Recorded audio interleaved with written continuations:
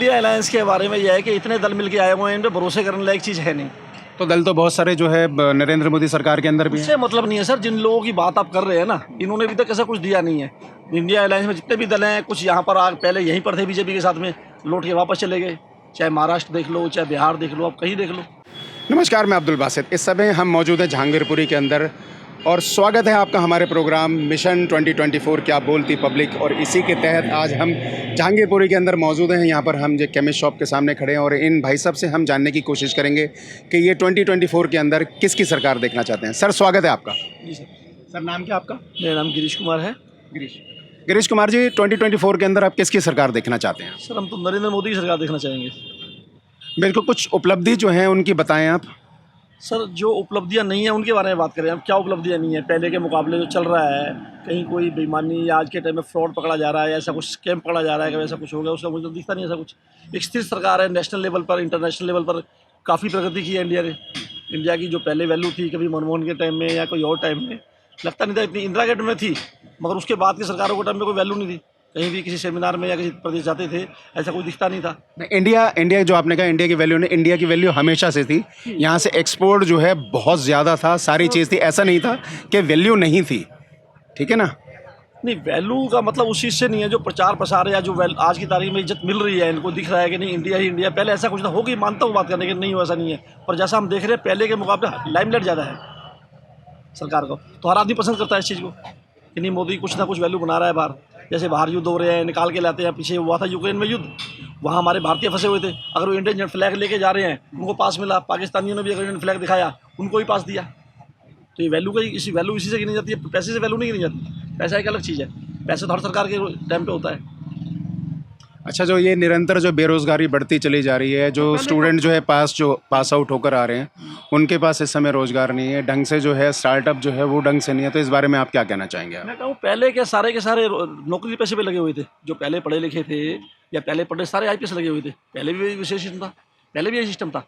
अब हमारे सोचने का नज़रिया अलग है, पर ऐसा कुछ नहीं है। ऐसा कुछ नहीं है कि बेरोजगारी बढ़ रही है। बेरोजगारी पहले भी कम नहीं थी। अगर पहले कम थी, फिर मंडल कमीशन का चक्कर में आगे क्यों लगी? लोगों ने क्यों आत्महत्याएं करी? दुनिया भर की आत्महत्या करी, बेरोजगारी में करी ना उन्होंने। नहीं, मंडल कमीशन एक अलग चीज़ थी, उसके अंदर तो आरक्षण का विरोध था। आरक्षण का था, मगर था मेन मुद्दा आरक्षण तो अलग चीज़ है, मगर था बेरोजगारी का ही था ना।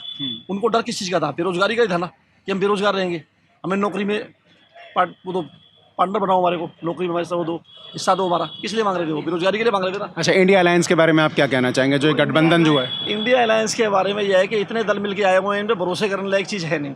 तो दल तो बहुत सारे जो है नरेंद्र मोदी सरकार के अंदर भी हैं। इससे मतलब नहीं है सर, जिन लोगों की बात आप कर रहे हैं ना, इन्होंने अभी तक ऐसा कुछ दिया नहीं है। इंडिया अलायंस में जितने भी दल हैं, कुछ यहाँ पर पहले यहीं पर थे बीजेपी के साथ में, लौट के वापस चले गए।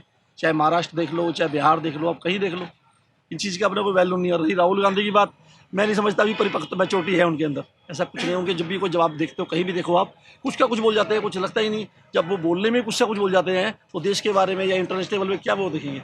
हाईली क्वालिफाइड है, ऐसी बात नहीं है, उनकी क्वालिफिकेशन है सर। क्वालिफाइड होना और मैच्योरिटी होने में बहुत फ़र्क है। क्वालिफाइड होने में और ज्ञानी होने में फ़र्क होता है। अच्छा, मैं सिर्फ ये जानना चाहता हूँ कि जो पिछली सरकार के अंदर जो मतलब जो सरकार रनिंग जो चल रही है, इसके अंदर क्या चूक रह गई है, क्या कमियां रह गई हैं, जो आपको लगता है कि अगर ये 2024 के अंदर आए, इन्हें करना चाहिए? तो इनका जो मिशन है, पहली बात तो अब जैसे यूपी है, यूपी के अंदर कानून व्यवस्था, बीजेपी सरकार है वहाँ पर। मुझसे ना पूछ करके बाकी अपने 99% और लोगों से पूछोगे तो आपको पता लग जाएगा कि वहाँ कानून का शासन है।